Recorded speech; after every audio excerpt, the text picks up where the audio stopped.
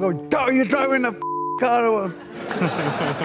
That's no language to use around your son. Oh, sorry. I bet it is.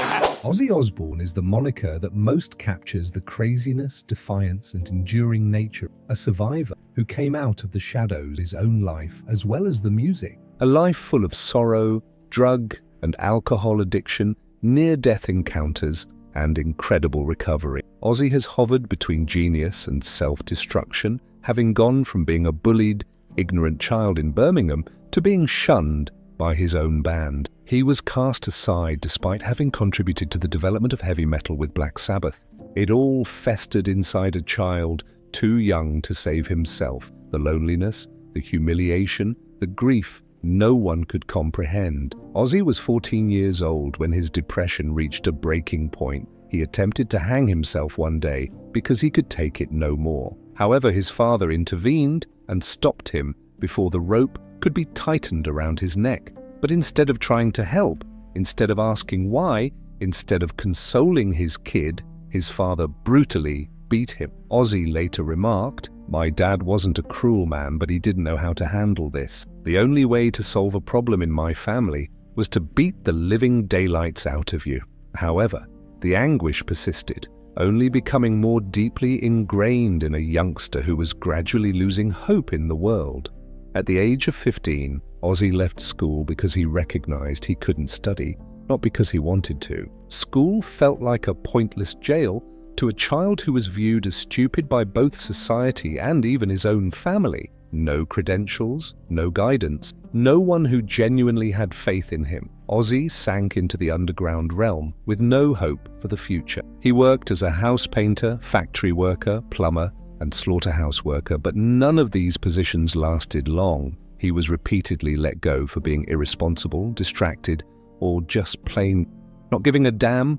Ozzy, like many wayward youths, turned to crime because money was still hard to come by. In need of quick money, he began stealing. He wasn't a master criminal, though. He was apprehended nearly instantly during one robbery attempt at a clothes store. He was imprisoned for 2 months since he had no money to pay his fine. Sitting in a chilly prison cell at 17, Ozzy came to the realization that if he kept going in this direction, he would pass away before accomplishing anything significant. One thing, nevertheless, remained constant within him: music. Ozzy never let go of a single, tiny dream, no matter how much his life fell apart. The Beatles were his only solace as a child when too much. Ozzy stated, "It was like a bolt of lightning the first time I heard 'She Loves You.' I knew it was what I wanted to do with my life, even though I had no idea who they were." Ozzy made a choice after being released from prison. He refused to pass a failure. He was going to be a singer. Never mind that he had no vocal training, no money, and no ability to play an instrument. He did, however, possess one thing that no one could take away from him: an intense longing. After reviving his illustrious solo career, he lost his best friend to tragedy. Many people thought his life would never last. Even if he once believed that death could have been a simpler way to let go, he is still here. And it was that ambition that brought him to a surprising turning point. An advertisement for a new rock band seeking a vocalist in the newspaper. Early career. A lanky young man with long, untidy hair and an odd, yet captivating voice entered a gloomy practice space in Birmingham in 1968. That was John Michael Ozzy Osbourne, recently released from prison, with a blazing dream but no prospect: to take the platform and shout words that have the power to rock the world. He met Bill Ward, a dynamic drummer, Geezer Butler, a bassist with an interest in the occult and a philosophical mind, and Tony Iommi, a guitarist whose fingers had been severed in an industrial accident. None of them could have predicted that this tenacious young guy would go on to alter the path of music history when Ozzy showed up with a damaged old PA system and said that he was a singer. The band's original name was Earth, but they changed it after learning that another group shared the same name. Boris Karloff's horror movie of the same name served as the inspiration for Black Sabbath. It was impossible for any of them to predict that this name would usher in a new age of rock music. They had no intention of becoming legendary. All they were doing was performing music as they felt it. Dark and heavy, it was unlike anything else at the time. Black Sabbath sung about darkness, dread, and invisible forces, whereas other bands sang about freedom and love. Despite not having a particularly lovely voice, Ozzy Osbourne's voice had an unsettling, haunting quality that made it seem as though it was from another planet. Together with the slow, crushing, and forceful riffs of Tony Iommi, they produced a sound that had never been heard before. Black Sabbath's debut album of the same name was released in February 1970. The world understood Black Sabbath wasn't your typical rock band from the first notes of the song. A church bell's menacing ring, the sound of rain, and then a three-note riff that sounded like summoning. What was this standing in front of me when Ozzy's it all appeared as more than... It was customary. A brand new musical style emerged. The audience was captivated, but the critics hated them. Black Sabbath's music was a haven for misfits, outcasts, and anyone looking for something new.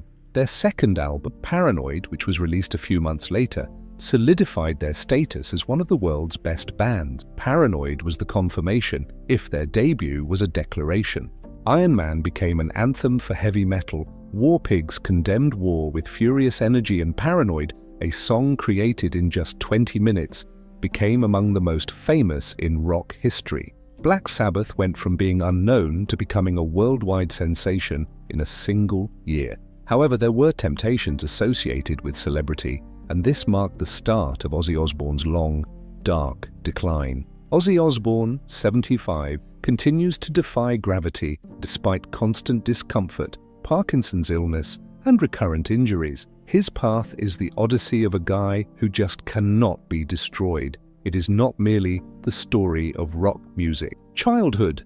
Ozzy started to lose control of his life in the 1970s, the decade that also saw Black Sabbath create a string of iconic albums. His use of drugs, alcohol, and unending parties made him a volatile member of the band. At first, the whole group lived this way, but Ozzy lost control while the others were able to maintain some level of focus. He argued with bandmates, arrived at recording sessions intoxicated, missed lyrics, and occasionally was unable to even make it to the stage. Though his volatility was starting to become a burden, he remained the essence of Black Sabbath. As tensions increased, Ozzy's former closest pal, Tony Iommi, finally informed him, "You can't continue like this." Ozzy Osbourne was formally dismissed by Black Sabbath in 1979. It felt like a mortal wound at that moment. For Ozzy, Black Sabbath represented more than just a band. It was his entire universe and the only place he had ever felt like he belonged. Being expelled was like being removed from the world. He sank farther into despair by isolating himself in a hotel room and abusing drugs and drink. Lost in a fog of drug usage, he lost interest in music, lost concern for the future, and even lost the will to live. However, someone intervened and dragged him out of the shadow. Black Sabbath manager Don Arden's daughter, Sharon Arden, noticed something in Ozzy that he had overlooked. She wouldn't allow him to ruin himself or become a failure and sink into oblivion. Sharon thought Ozzy had more to offer and wasn't merely a member of Black Sabbath. He had the potential to become a legendary figure in his own right. It felt like the end when Black Sabbath was kicked out. In actuality, however, it marked the start of an even more significant phase in Ozzy Osbourne's career. And this time, he would become more than just a band member. He would become a rock legend. Solo career. After being fired from Black Sabbath, Ozzy Osbourne plunged into drug and alcohol addiction, shutting himself in a hotel room and committing suicide. Even Ozzy didn't think he could bounce back from the hit. But there was still more to his narrative. It was Sharon Arden, the daughter of Black Sabbath's previous manager Don Arden, who dragged him out of the shadow. In addition to being Ozzy's lover, Sharon was the only one who continued to see his potential. She took a chance by taking over as his manager and starting over in his career. The music itself presented the first difficulty. Ozzy needed someone who could turn his ideas into catchy melodies because he wasn't a guitarist. He then got to know Randy Rhoads, a young guitarist with an incredible technical skill set and a brilliant compositional ear. Ozzy was incredibly inebriated when he first heard Randy perform. However, he immediately became sober as soon as the opening notes were played. Late 1940s Birmingham, England, a city where factory workers toiled day and night for pitiful wages, and the air was heavy with the smell of molten metal. On December 3, 1948, John Michael Osbourne, later known as Ozzy Osbourne, was born in a small home in the destitute Aston neighborhood. Ozzy subsequently stated, "I wasn't sure if I was hearing reality or if the drugs were making me hallucinate. However, I realized then that I had discovered a genius. In addition to being an outstanding musician, Randy Rhoads was also a patient, disciplined, and driven individual." Randy was the driving force behind Ozzy if it were a raging storm. They collaborated to produce Blizzard of Oz, Ozzy's 1980s solo album. For a singer who had recently been expelled from his own band, nobody had high expectations. However, the world was taken aback when the record was released. In addition to becoming a huge hit, the album revolutionized heavy metal for the 1980s with songs like Crazy Train and Mr. Crowley. Dark, brooding metal was invented by Black Sabbath, but Ozzy and Randy elevated it to a new level by making it faster, more complex, and wilder. They followed it up with Diary of a Madman in 1981, which cemented Ozzy Osbourne's reputation as a legend in his own right, as well as a former member of Black Sabbath. Ozzy's position at the top of the rock world was cemented when the album advanced heavy metal even farther. However, his careless lifestyle persisted even as his career flourished. He persisted in abusing drugs, booze, and performing wild antics that are still regarded as some of the most bizarre in rock history. Ozzy showed up intoxicated to a meeting with officials from CBS Records in 1981. Ozzy abruptly took 2 pigeons out of his pocket, held them up, and bit the head off one in front of everyone, while a public relations representative was talking excitedly about his advertising campaign. Screams rang out, blood spattered the room, and mayhem broke out. Despite being ejected from the premises right away, Ozzy's status as the real Prince of Darkness was cemented when the story went viral. However, his most notorious performance occurred in January 1982, a year later, at a concert in Des Moines, Iowa. Still very drunk, Ozzy thought it was a rubber toy when a fan threw a dead bat onto the stage. In front of thousands of people, he grabbed the bat and proceeded to bite its head off in a fit of impetuous mania. But he knew he had made a grave error the moment he felt the crunch of the bone. Ozzy had to endure excruciating injections for weeks after being sent to the hospital for rabies vaccines. However, rather than harming his reputation, the episode simply served to enhance his exaggerated persona and turn him into a representation of unbridled, fearless defiance. But the greatest tragedy of his life was too terrible to be overshadowed by any amount of shock value. Randy Rhoads, Ozzy's best friend and most talented guitarist, perished in a terrible plane accident on March 19, 1982. The bus driver for the band, who was also an amateur pilot, chose to take a small plane for a wild joyride during a break from traveling, buzzing dangerously close over the tour bus. Makeup artist Rachel Youngblood and Randy Rhoads were on board. The aircraft lost control during the third pass, struck a tree, and collided with a house, causing it to burst into flames. Randy was only 25. When Ozzy rushed outdoors after hearing the explosion, he was met by a flaming wreckage. His mother, Lillian Osbourne, was employed on an assembly line in an automobile manufacturer, and his father, John Thomas Jack Osbourne, was employed at a tool manufacturing facility. There were continuous disagreements between his parents, and they struggled financially as a family of 6. Ozzy was raised in a harsh environment, torn between the harsh realities of a working-class family and a culture that did not accept the weak. His whole universe fell apart at that second. Randy was more than just a great musician. He was the only one who had restored Ozzy's trust in music and kept him on the correct track. Ozzy's heart was left with an unfillable void after his passing. Ozzy experienced extreme despair following the accident. He kept to himself, abusing drugs and drink and not talking to anyone. Although it took months for Sharon to get him back on stage, he had undergone a permanent transformation. As a silent homage to the man who helped him rediscover himself, Ozzy continues to send flowers to Randy's grave every year on the anniversary of his passing. Although Randy Rhoads passed away far too soon, his music endures. No one could ever take Randy's place, even though Ozzy carried on with his career and became even more successful in the years that followed. The music they had composed together and the ideal they had shared continued to reverberate throughout the world. Now, however, Ozzy had to traverse the trail by himself. Private life. A person might reach their greatest heights through fame, but it can also bring them to their lowest, most unwelcome places. Ozzy Osbourne was a man drowning in addiction, innumerable drunken nights and broken relationships behind the stage lights and the image of a wild rock legend. For him, marriage was never a typical tale. It was a protracted series of errors, treacheries, and violent incidents that almost brought about disaster. Ozzy first met Thelma Riley, a Birmingham nightclub employee, in 1971 while Black Sabbath was becoming well known. They were married after a short romance, and Ozzy soon became Thelma's son, Elliot's stepfather. Later on, they had 2 kids together, Louis and Jessica. However, their marriage was never harmonious from the start. Despite his love for Thelma, Ozzy was never able to commit. Ozzy was rarely at home as his career took off. Not just for the music, he was on tour much of the time. He was surrounded by young ladies, drugs, drink, and endless parties, all of which distanced him from his family. He cheated more times than he could recall, so many that looking back, even he was unable to recall the exact number of times he had cheated. He once got into bed with 3 other women as soon as he called home to talk to his wife.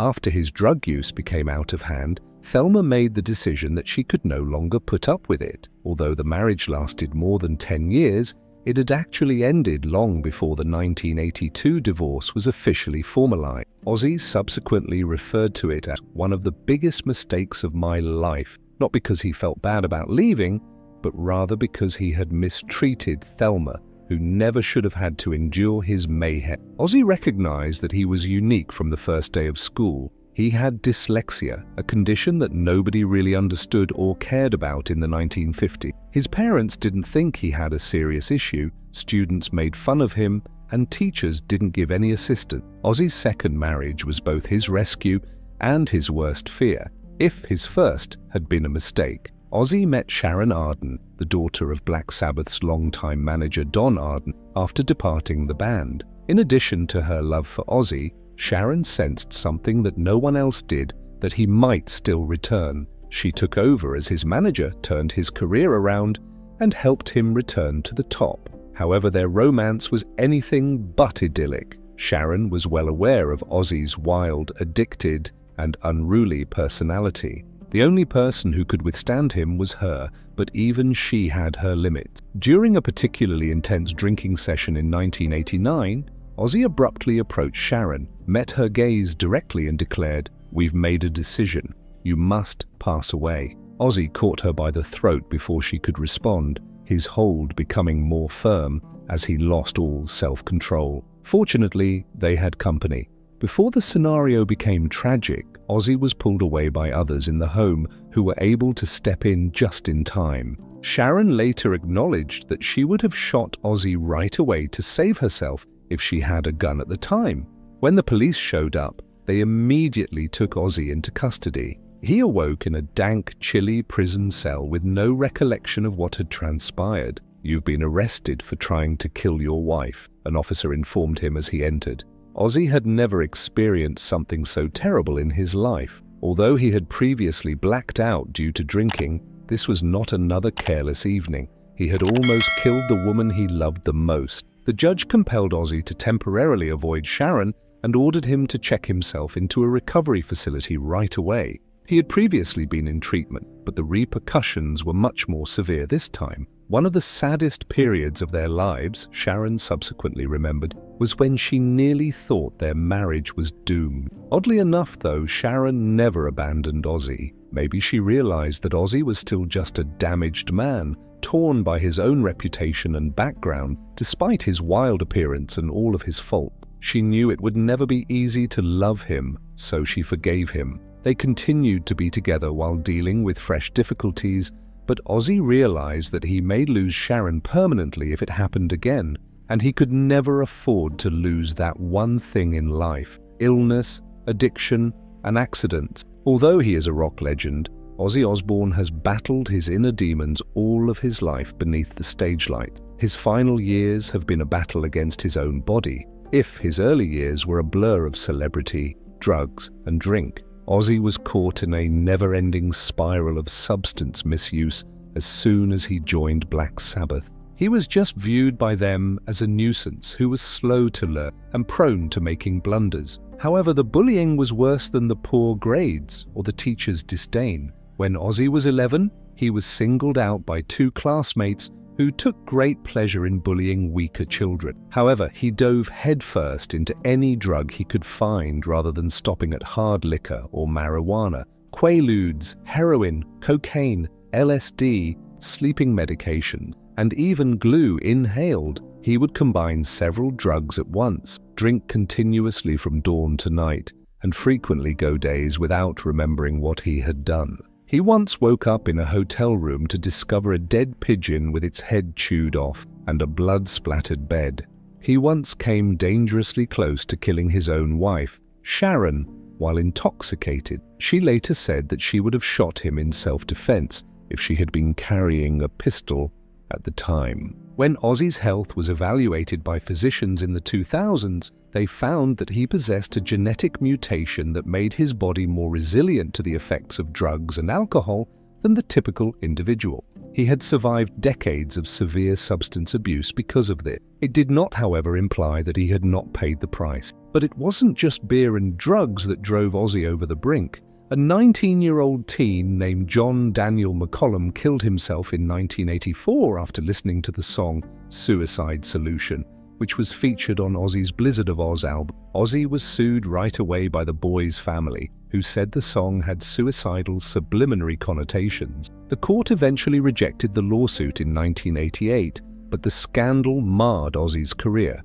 Ozzy vehemently refuted the accusation, claiming that the song was never about encouraging suicide, but rather a warning about the perils of alcohol addiction inspired by the death of Bon Scott, AC/DC. Ozzy finally met his own body, an enemy he could not beat after decades of living like an immortal. He was involved in a terrible ATV accident on his property in 2003. He was crushed beneath the car as it lost control and overturned. Ozzy had a major cervical spine injury, broke his collarbone, cracked 8 ribs, stopped breathing twice, and spent 8 days in a coma. He lost nearly all of his physical power, had to endure terrible pain, and had to learn how to walk again when he eventually regained consciousness. Ozzy then had another terrible fall at home in 2019 while recuperating from surgery, which caused the metal rods that had been placed in his spine following the 2003 accident to come loose. His nerves were so badly affected by the injury that he was barely able to walk and had to postpone his entire No More Tours 2 tour, which was supposed to be his goodbye to the stage. However, the greatest blow was still to come. Ozzy was diagnosed with PKN2 Parkinson's disease, a rare kind of the disease that produces severe tremors, motor loss, and nerve agony after months of unrelenting pain. "I've experienced the most bizarre things, but I've never felt so helpless," he acknowledged. Ozzy realized that his heyday was really over when he was unable to tour and move like he used to. However, his spirit remained unbroken despite his body betraying him and his health declining. Ozzy assured his fans, "I'm still here and I'm not going anywhere," even while using a cane and receiving specialized medical care in Switzerland. From a disobedient misfit to the most insane rock star, Ozzy Osbourne now struggles to walk. There won't be any more thrilling performances or thunderous cries of power, yet even at his most vulnerable times, Ozzy Osbourne will always be remembered as a legend, present life and legacy. At 75 years old, Ozzy Osbourne is no longer the crazy person who ruins stages and has wild parties. They would beat him, make him take down his pants in front of people, make fun of him, and corner him every day after school. Ozzy was never able to fully express the scope of what transpired years later. All he would say was that it was awful. Rather, he is approaching the last stages of his life with a combination of fortitude and introspection. He is almost unable to walk due to Parkinson's illness and terrible injury, yet his spirit is unwavering. He keeps creating, stays in touch with his admirers, and makes one more contribution to his illustrious career. After being honored with Black Sabbath in 2006, Ozzy Osbourne was inducted into the Rock and Roll Hall of Fame for the second time in 2024, this time as a solo artist. This honor honors his more than 50-year career as an independent legend who revolutionized the music industry, in addition to his role as a member of heavy metal's groundbreaking band.